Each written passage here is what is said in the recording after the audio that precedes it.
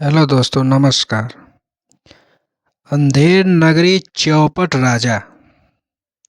एक बार की बात है, एक गुरु और शिष्य दोनों एक अनजान नगर में पहुँचे।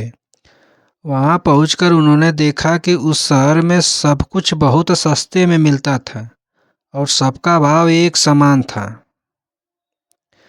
यानी 1 टका में चाहे 1 किलो सब्जी लो, चाहे 1 किलो सोना लो, सबका भाव एक समान ही था। उसमें जरा भी ऊंच नीच नहीं था।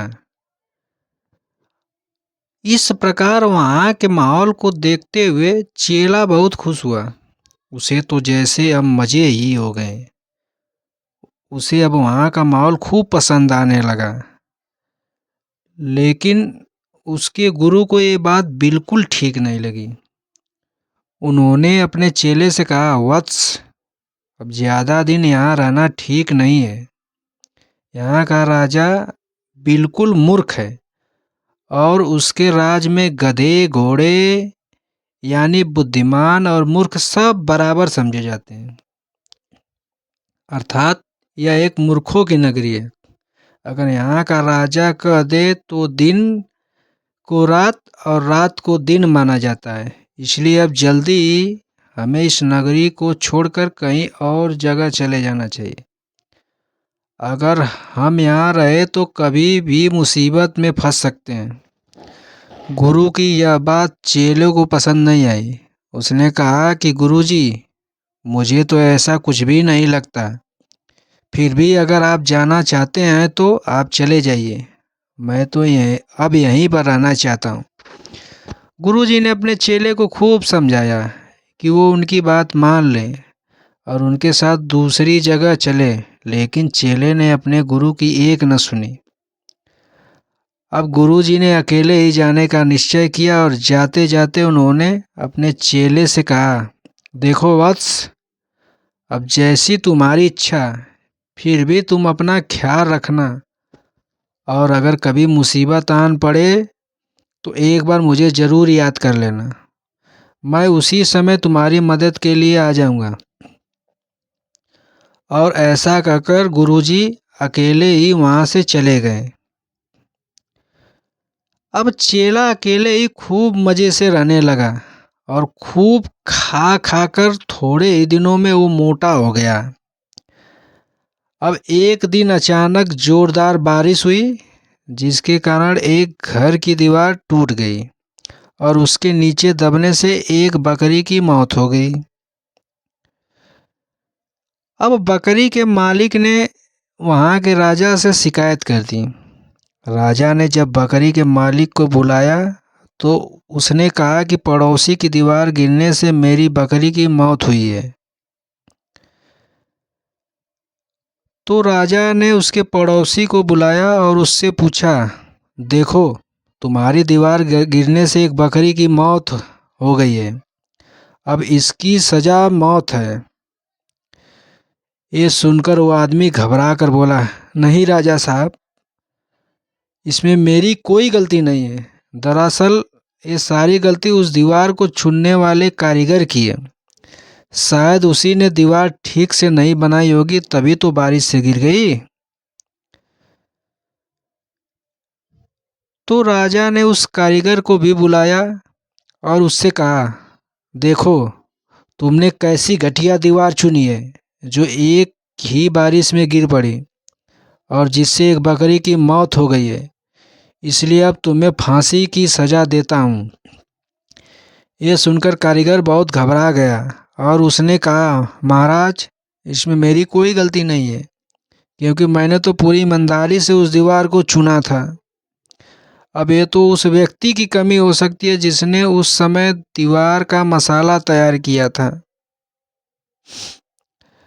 लगता है उसी ने ठीक से मसाला तैयार नहीं किया होगा। यदि वो पूरी ईमानदारी से काम करता तो आज वो बकरी जिंदा होती। अब राजा ने उस व्यक्ति को भी दरबार में बुलाया और उससे कहा, देखो, तुमने कितना घटिया काम किया है। तुमने उस दीवार को चुनने का मसाला भी ठीक से तैयार नहीं किया। तुमने सरासर कामचोरी की है अतः अब तुम्हें फांसी की सजा दी जाती है। ये सुनकर वो आदमी बहुत रोया और उसने राजा से खूब मिन्नतें की कि उसकी जान बख्श दी जाए, लेकिन राजा अपने फैसले पर कायम रहा। अब फांसी का फंदा तैयार किया जाने लगा। अब उस आदमी को फांसी दी जाने लगी तो फांसी का फंदा उसके गले में ढीला रह गया, यानी फंदा थोड़ा ज़्यादा बड़ा बन गया था। अब क्या किया जाए, क्योंकि फंदा थोड़ा बड़ा बन गया, फिर भी फांसी तो हर हाल में दी जानी थी, फिर चाहे किसी दूसरे को ही क्यों न देनी पड़े। इसके लिए अब ऐसे आदमी की तलाश की जाने लगी जिसके गले में वो फांसी का फंदा फिट बैठ सके। अब राजा के सिपाही ऐसे व्यक्ति की तलाश करते हुए उसी चेले के घर तक जा पहुँचे। उन्होंने उस चेले को पकड़ा और अब उसके गले का नाप लिया तो फंदा एकदम फिट बैठ गया। अब सिपाही उस चेले को लेकर आए और फांसी पर चढ़ाने की तैयारी करने लगे। ये देखकर चेला बहुत घबरा गया। उसने राजा से खूब मिन्नतें की उसकी जान बख्श दी जाए, क्योंकि उसने तो कोई गुनाह ही नहीं किया। लेकिन राजा ने उसकी भी बात नहीं सुनी और चेले से कहा, देखो युवक, हम किसी और को फांसी की सज़ा का हुक्म सुना चुके हैं, लेकिन उसके गले में फंदा बहुत ढीला है, इसलिए उसके बदले में अब तुम्हें फांसी दी जा रही है। अब मैं अपना हुक्म तो वापस नहीं ले सकता, इसलिए इस फंदे पर किसी को तो झूलना ही पड़ेगा ना। अब तो चेला बहुत घबरा गया, क्योंकि मौत अब उसे अपने सामने ही नजर आ रही थी। तभी उसने अपने गुरु की बात याद आई और उसने मन ही मन अपने गुरु को याद किया। इसके बाद उसके गुरु राजा के दरबार में पहुँचे और कहा, है वत्स, ये तो तुम्हारे लिए बहुत सौभाग्य की बात है कि तुम ऐसे समय मृत्यु को प्राप्त हो रहे हो जब ऐसा योग बन रहा है, जब मृत्यु को प्राप्त होने वाला सीधा परमात्मा से मिलता है, यानी उसे स्वर्ग में जगह मिलती है और उसे हमेशा के लिए मुक्ति मिल जाती है।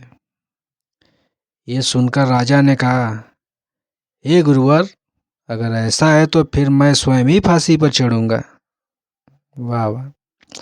फिर उसने सैनिकों को हुक्म दिया कि अब फांसी के फंदे पर उस युवक को नहीं बल्कि उसे ही फांसी पर चढ़ाया जाए। इसके बाद राजा को जल्दी से फांसी पर चढ़ा दिया गया और इस प्रकार एक चौपट राजा अपनी ही मूर्खता से मारा गया। कहानी से क्या शिक्षा मिलती है? जिस देश का राजा मूर्ख हो वहाँ न्याय की उम्मीद करना बेकार है। जय हिंद।